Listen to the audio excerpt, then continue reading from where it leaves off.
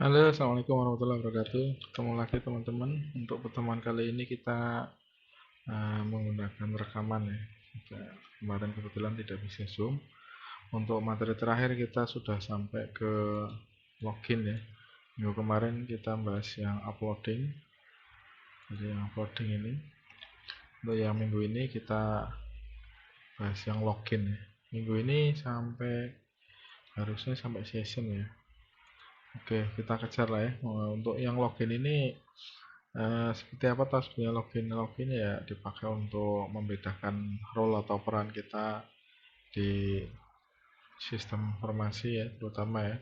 Kalau kita login, kita akan milih peran apa yang kita pilih di proses login tersebut. Misalnya kita lihat di siakat ini.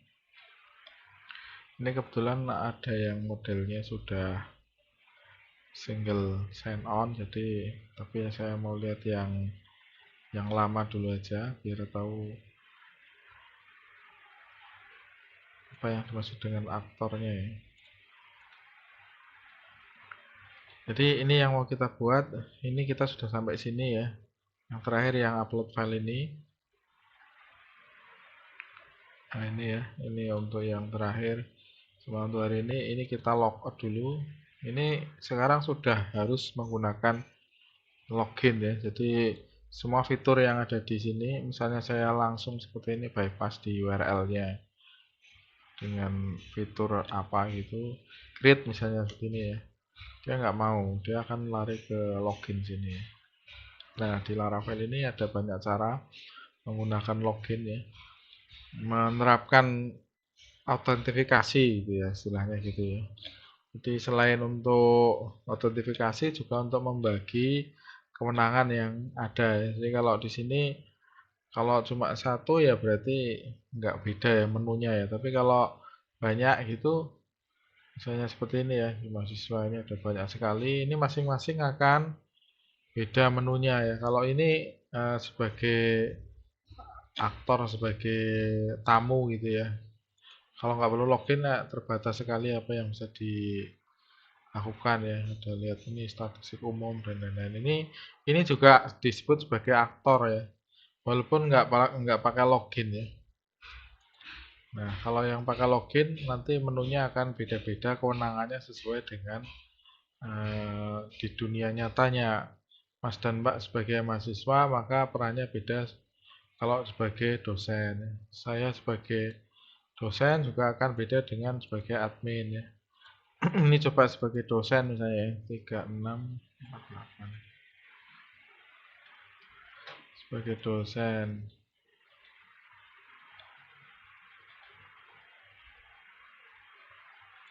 Nah, di sini peran saya di sini ya.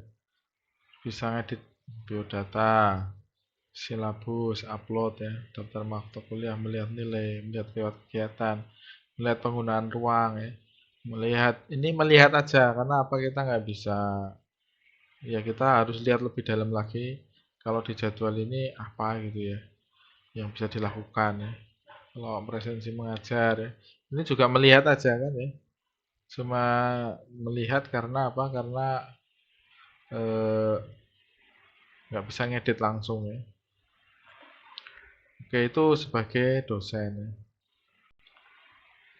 Kalau sebagai operator prodi gitu ya, itu tugasnya operator prodi ya. Misalnya di sini 9724. Ini ya operator prodi. Kebetulan ada akunnya ya. Harusnya nggak boleh saya. Tapi ini dipinjamkan dalam situasi untuk pembelajaran jadi boleh. Nah, ini ada Mas Guru sebagai aktor. Nanti di sini akan beda menunya. Menunya mungkin sama di sini tapi kewenangannya beda gitu ya. Oh, ini jauh lebih banyak ya. Oh, jauh lebih banyak ya yang dimiliki kewenangannya ya.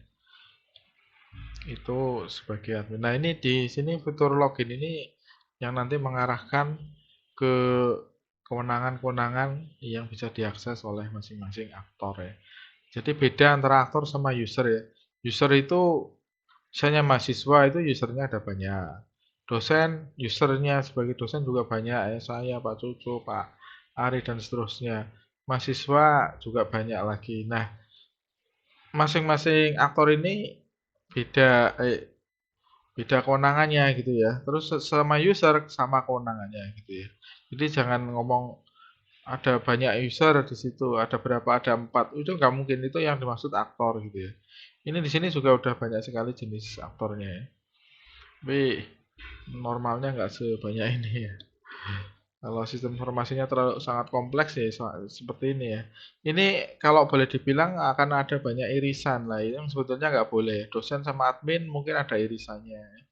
Pendidikan atau fakultas dengan admin prodi mungkin juga ada irisan. Ya, seharusnya nggak boleh gitu ya. Jadi misalnya saya yang ngasih nilai, Mas Guru sebagai admin operator prodi itu nggak bisa ngedit nilainya. Tapi di sini kemungkinan bisa. Jadi ya itu kalau di dunia nyatanya kan nggak boleh ya. Mas Guru ngasih nilai mata kuliah itu kan nggak boleh. Atau bahkan mungkin admin prodi fakultas itu juga tetap nggak boleh. Bahkan rektor pun nggak boleh gitu ya. Tapi eh, di sini mungkin sistemnya masih belum benar-benar dipisahkan kewenangannya. Makanya ini bisa banyak. Kalau seharusnya nggak sebanyak ini gitu ya. Ya kita nggak tahu lah. Mungkin memang betul segitu banyak. Oke itu contohnya ya. Kalau di sini kok jadi error ya.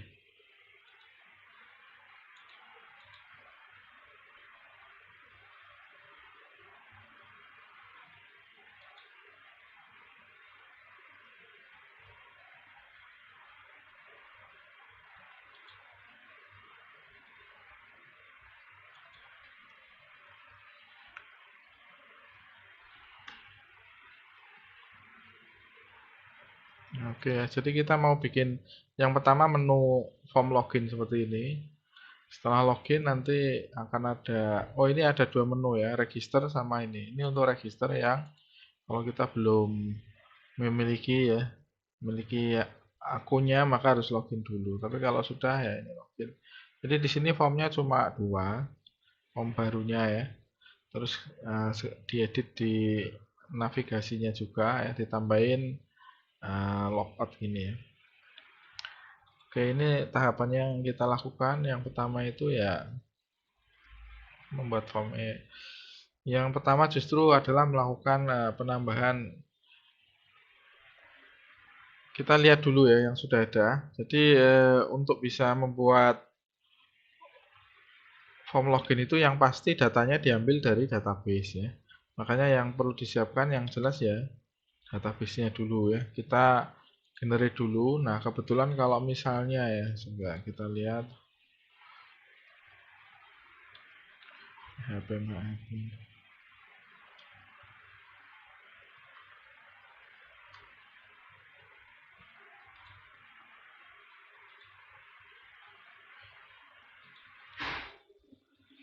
Nah, di sini di awal Mas dan Mbak itu migrate itu sebetulnya juga kita sudah dibikinkan tabel user. Nah, ini ya. Tabel user ini memiliki struktur seperti ini. Tadi name, email verified ID, password, remember token, created ID, dan updated ID. Jadi ini secara default sudah dibikinkan. Jadi kalau Mas dan Mbak lihat di file migrasi sini, migrate itu ada di database. Nah ini Mas dan Mbak sebetulnya sudah dibikinkan ini ya. Nah pada saat melakukan running migrate gitu ya. Jadi misalnya kita melakukan migrate di sini. Kemarin kan kita melakukan migrate gini ya. Nah ini sebetulnya juga menjalankan migrate yang ini yang meng-create yang tabel user ini. Maka otomatis di tempat Mas dan Mbak semuanya harusnya sudah ada tabel user ya. Jadi sudah ada ini. Jadi tinggal kita pakai. Kita nggak perlu bikin model lagi ya. Modelnya juga sudah ada ya. model user ya, karena pada saat migrate kan kita create usernya ini. Nah ini juga udah bawaan dari sananya, jadi kita nggak buat lagi. Jadi coba cek apakah user ini sudah ada. Yang kedua, apakah tabel usernya itu sudah tercreate. Kalau belum ya kita Mas dan Mbak bikin model user sama migrate-nya ya. Oke, kembali melanjutkan. Setelah kita migrate ini sudah ada. Jadi kita persiapkan root-nya ya. Nah, ini root-nya ada yang perlu di import ya. Ada yang perlu diimport, kita buka root-nya. Yang baru itu mulai sini ya. Jadi ada gunakan use app HTTP controller out controller ya, ini yang bawaan dari ini juga semua bawaan ya. Yang home controller ini yang nanti kita buat ya. Jadi yang out controller ini bawaan dari Laravel-nya ya.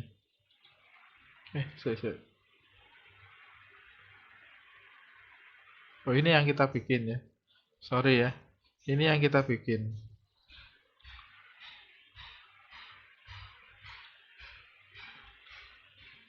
Home controllernya ini nggak usah ya. Ini harusnya nggak usah.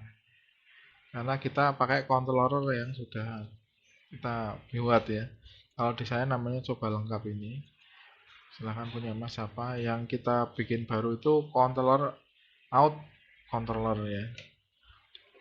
Jadi setelah membuat ininya apa rootnya terus diimport ya. Nanti ini sementara kita bikin dulu importnya seolah-olah out controlnya sudah dibikin ya. Jadi kita copy paste aja punya Mas dan Mbak ya. Jadi out control nanti di dalamnya ada banyak function ya. Ada login sama register ya. Form login ini kita namain show form login, nama kelasnya ya. Nama functionnya, terus kita kasih nama login. Register juga sama ya, nanti show form register untuk menampilkan form register, terus kita kasih nama register. Nah untuk yang register function register ini di apa namanya? Digunakan untuk memproses pada saat sudah diklik submit register atau submit login. Gitu ya. Terus ini kita bikin grup middleware out ini untuk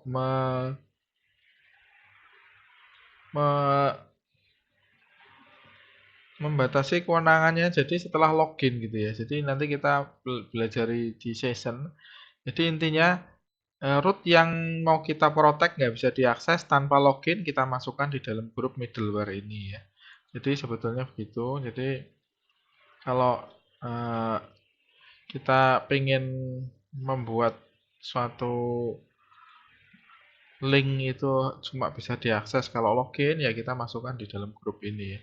Ini kita lihat di sini ada halaman home ya. Halaman home-nya itu kita masukkan jadi nggak bisa terlihat lagi tanpa login. Terus halaman ini link logout ya. Link logout aja.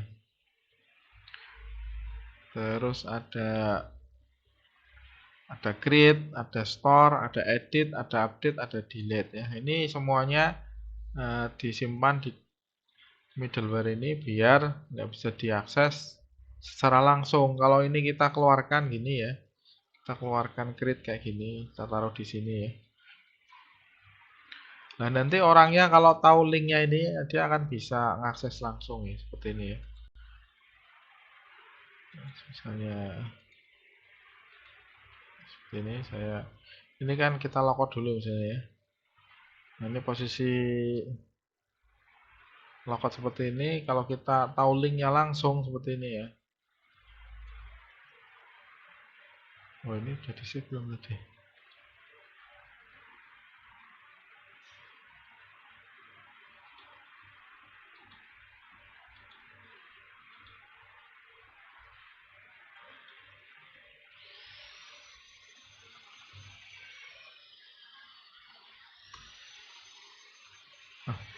Ini harusnya bisa diakses langsung. Oh ini nih dihapus coba ya. Ada double root.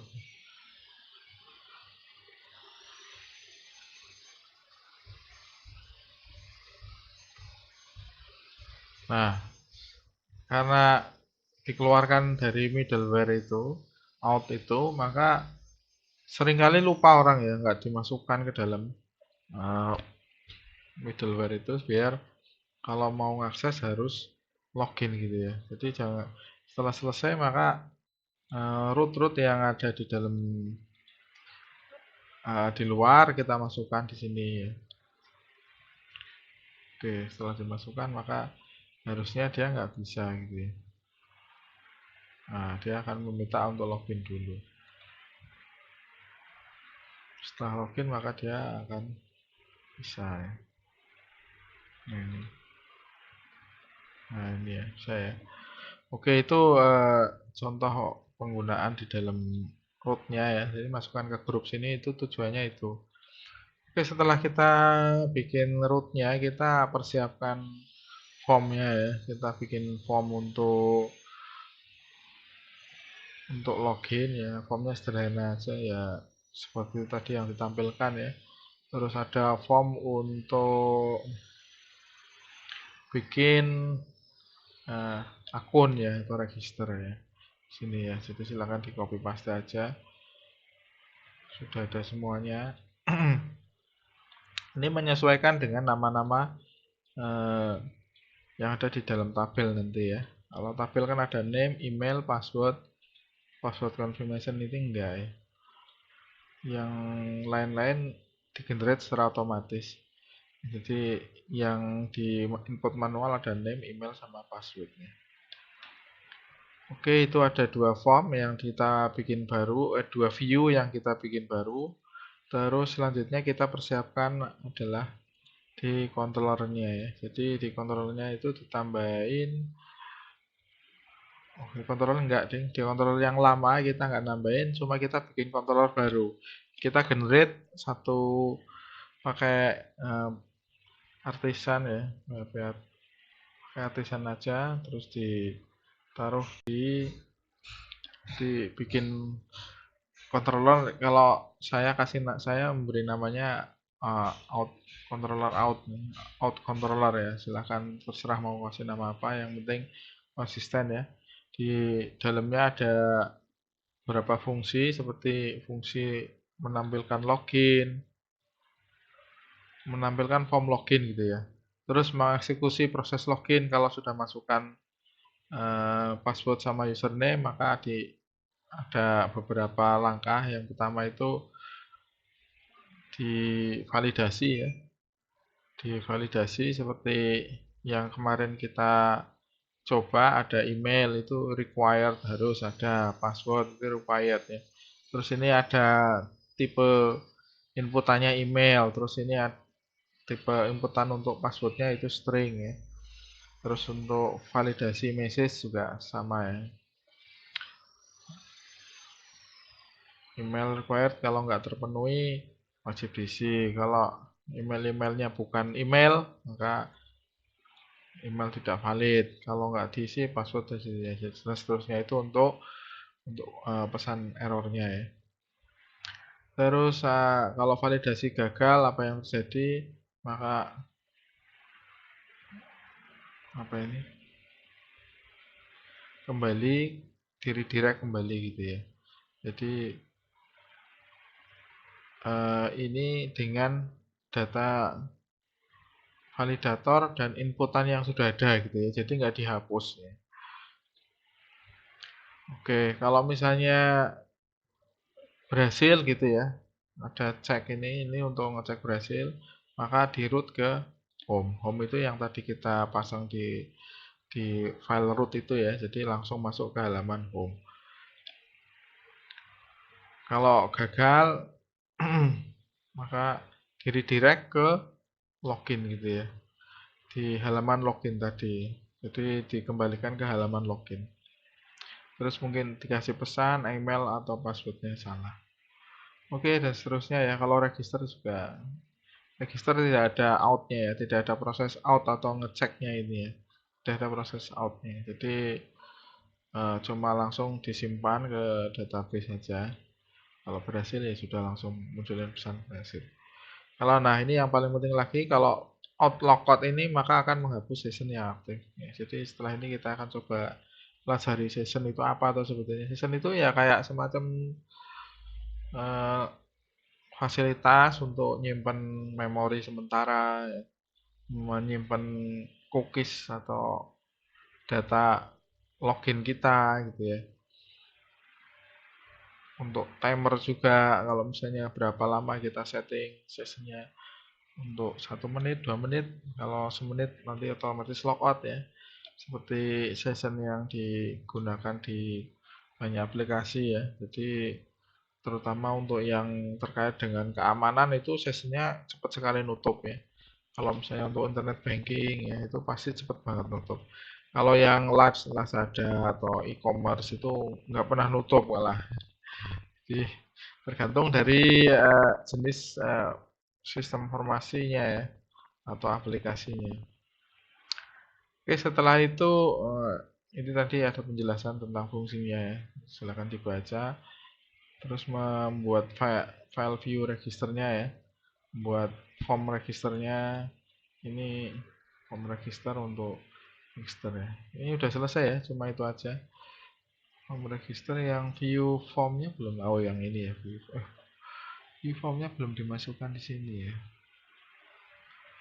Oke, masih ada yang ketinggalan di sini, nanti akan saya update. Oke, mungkin itu yang bisa saya sampaikan untuk hari ini. Jadi secara umum itu ada banyak jenis library yang atau metode yang bisa kita pakai untuk proses login ini. Tapi ini secara istilahnya standar gitu ya. Kita bikin yang standar dulu. Kalau Mas dan Mbak mungkin akan menggunakan metode yang lain untuk login juga ada banyak tersedia di luar sana ya. Tapi ini yang kita pakai yang bawaan dari Laravel dulu. Oke, mungkin dari saya itu. Kalau ada yang kurang saya mohon maaf, silahkan dipraktekkan ya. Saya tutup. Assalamualaikum warahmatullahi wabarakatuh.